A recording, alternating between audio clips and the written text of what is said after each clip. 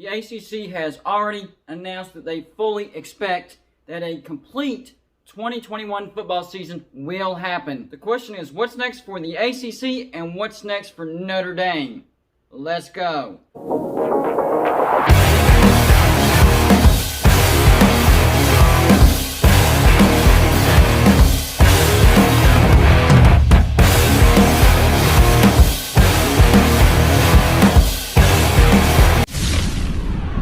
What's going on, everybody? It's me again, Golden Blue Dude, and if you haven't already, go ahead and hit the like and subscribe button. I do videos every single day. Sometimes it's college football and sometimes it's college basketball. The best way to support this channel, hit the subscribe button. The first thing is, what we thought would happen, happened. Notre Dame, not a full member of the ACC in 2021. That was a one-off deal. Second thing is, the ACC fully expects to have a 12-game full schedule in 2021. So really, if you think about it, for Notre Dame, being a full-time ACC member was just convenient for last year. Now they're back to being independent. We all knew that was going to happen. Eventually, I think Notre Dame needs to join a conference. Personally, I think the Big Ten would be a better fit.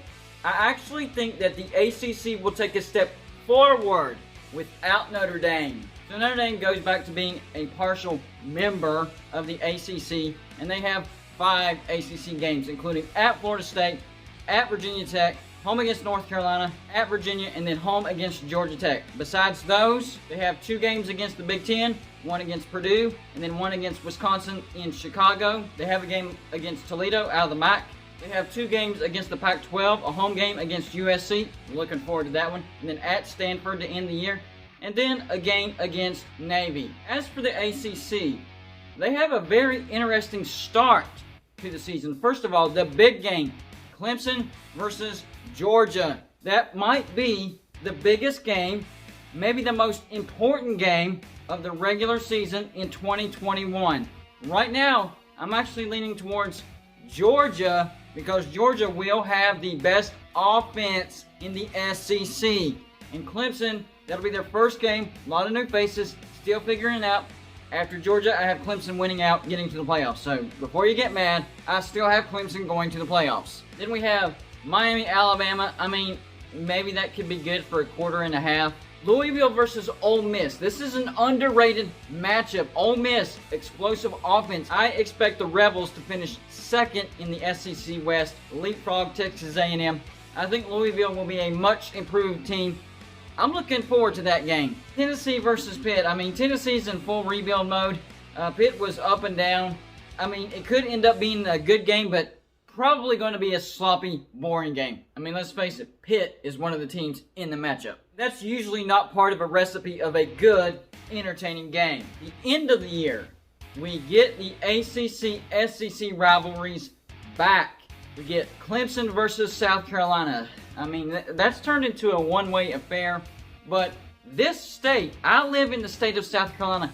This state loves this rivalry. It doesn't matter if one team is way better than the other. The talent gap is massive. All that doesn't matter. They just want to play each other. Florida State, that's going to happen. Florida State still has a lot to do to catch up to Florida. But Florida will take a big step backwards because they lose pretty much their entire offense. This could end up actually being a good game. Georgia versus Georgia Tech. That's not going to be a good game.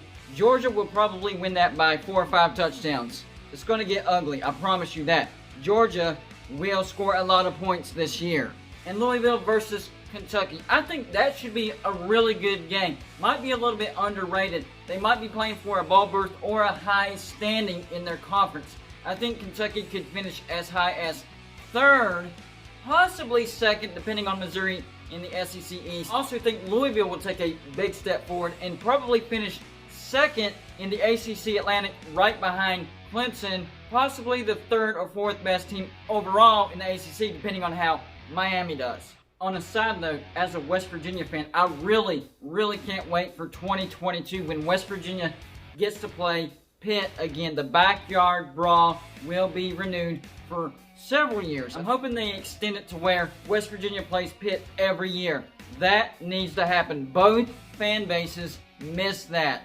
And you have at least 3 out-of-conference games you can play with.